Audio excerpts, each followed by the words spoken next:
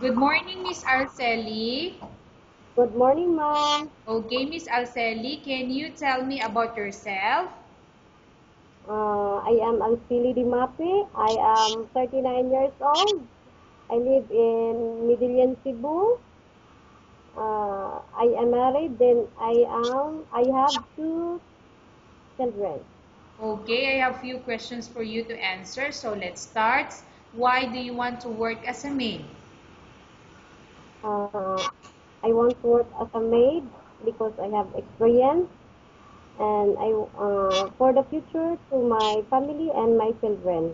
Okay, why you choose Malaysia when there is a lot of other country?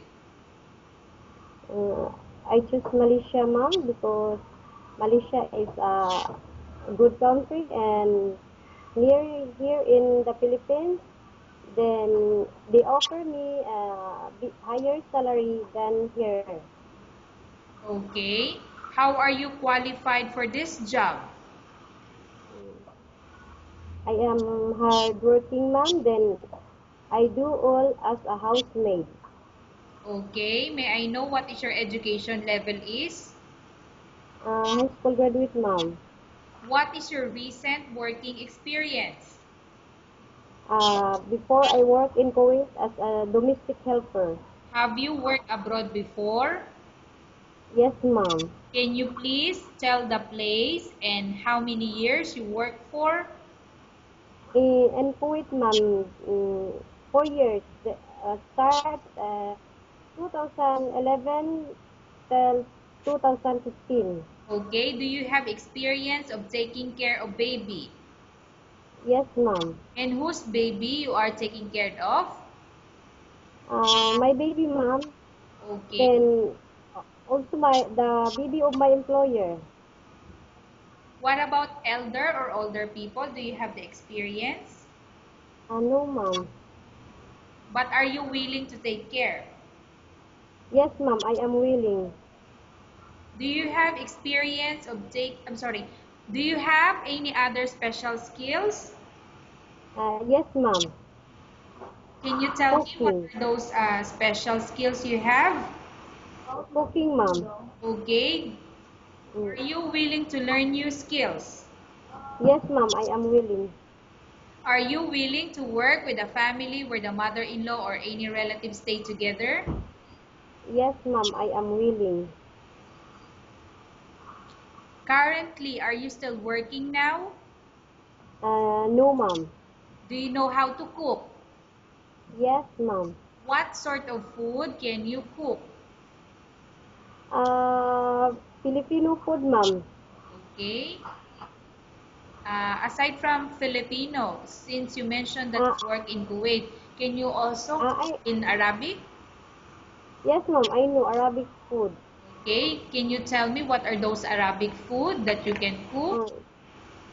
Uh, uh, Biryani chicken, ma'am, and magluba. Okay. What about Filipino food that you can cook? I can cook fish, ma'am, and chicken. Okay. Are you aware that you will have to do washing, cleaning, ironing, and cooking? Yes, ma'am. From all the house chores like cooking, cleaning, ironing, and washing, which do you like most? Cleaning, ma'am. If ever you were selected to work in Malaysia, who will take care of your kids? My husband, ma'am. Okay, you are not allowed to use handphone during working hours. Not allowed, ma'am. Okay, so did you agree or not? Agree, ma'am. I agree. Okay. You are only allowed to use handphone after you finish all the works and when going to bed. Yes, ma'am. You are strictly needed to surrender the handphone to your employer in the morning and your employer will return back to you once you're going to bed. Yes, ma'am. I surrender my phone. Okay, if ever your employer finds out that you're abusing your handphone and it's affected your work performance, your employer will confiscate your handphone and you're not allowed to hold it anymore. Instead, your employer will allow you to call to your family 3 times in a month. You're only allowed to bring normal phone and you're not allowed to bring smartphone. Are you agreed for the terms and condition? Yes, ma'am, I agree. Are you agreed to the rules and regulation for the handphone? Yes, ma'am. How many years is the contract as you agreed and understand? 2 years contract, ma'am. Can you describe for me your ethics or your attitude? I am hardworking, ma'am. Disciplined and honest, and I am responsible, ma'am. Okay. How can you assure to us that you will work hard in Malaysia?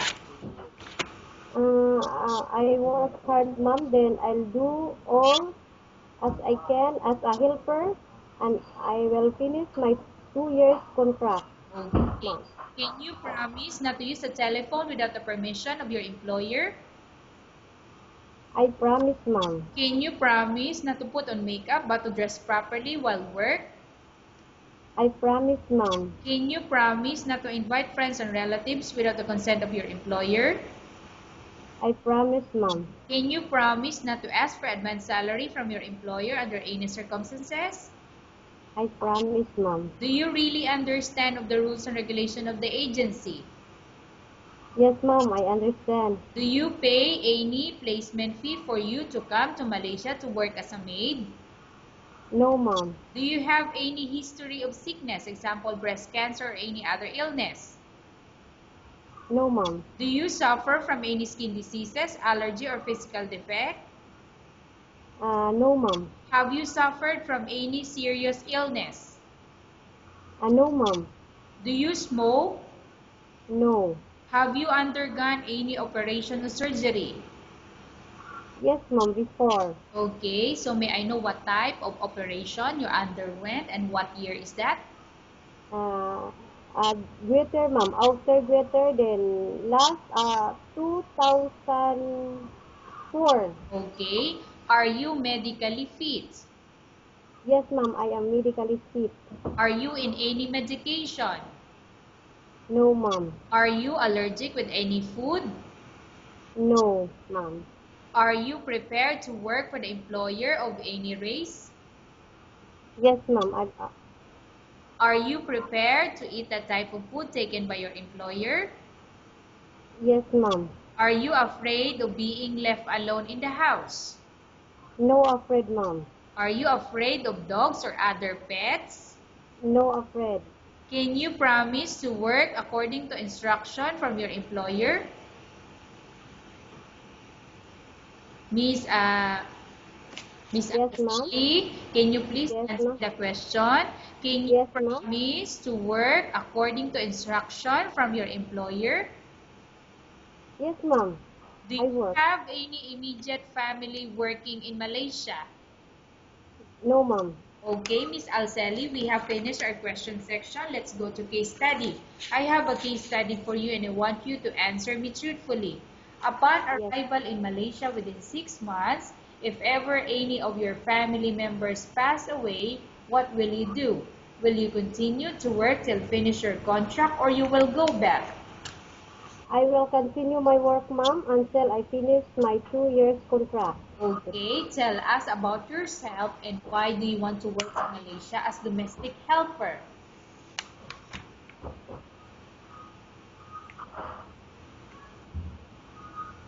Miss Alceli, Yes, yes, tell ma'am. us about yourself and why do you want to work in Malaysia as domestic helper? Ma'am, I work in Malaysia, ma'am, because I for the good future to my family and my children. Okay, Miss Alceli, what do you want to tell to your employer who watching your video? Uh, Hi, ma'am. Hello, ma'am. Good morning. Uh, I will do my very best, ma'am, to do all as a housemaid in your house. And I will promise you to finish my 2 years contract, ma'am. Okay, thank you very much, Miss Arceli. We will update your agency if there's any selection made by the employer. Yes, ma'am.